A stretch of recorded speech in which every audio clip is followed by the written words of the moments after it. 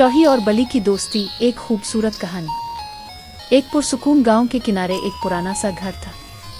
इस घर की बालाई मंजिल में एक नन्ही सी चोई रहती थी जिसका नाम पुंक था। नीचे सह में एक खूबसूरत नर्म सफेद बली रहती थी जिसका नाम मीलो था। आमतौर पर बली और चूहे की दोस्ती मुमकिन नहीं होती, लेकिन पुंक और मीलो की कहानी मुख्तलिफ थी। पहली मुलाकात। एक दिन बारिश जोर से हो रही थी।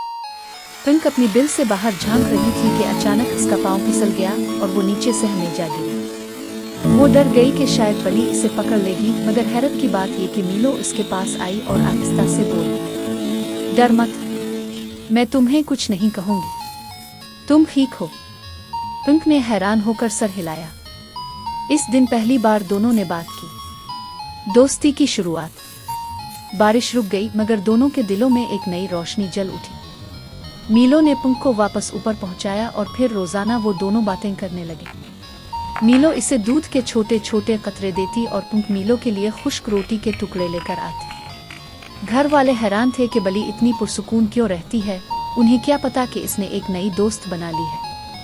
मुश्किल वक्त। एक दिन घर में एक बड़ी मोटी बली आ गई जो बाहर से आई थी। इसने पुंक को देखकर दौड़ लगा दी। पुंक जान बचाते भागी, लेकिन रातन था।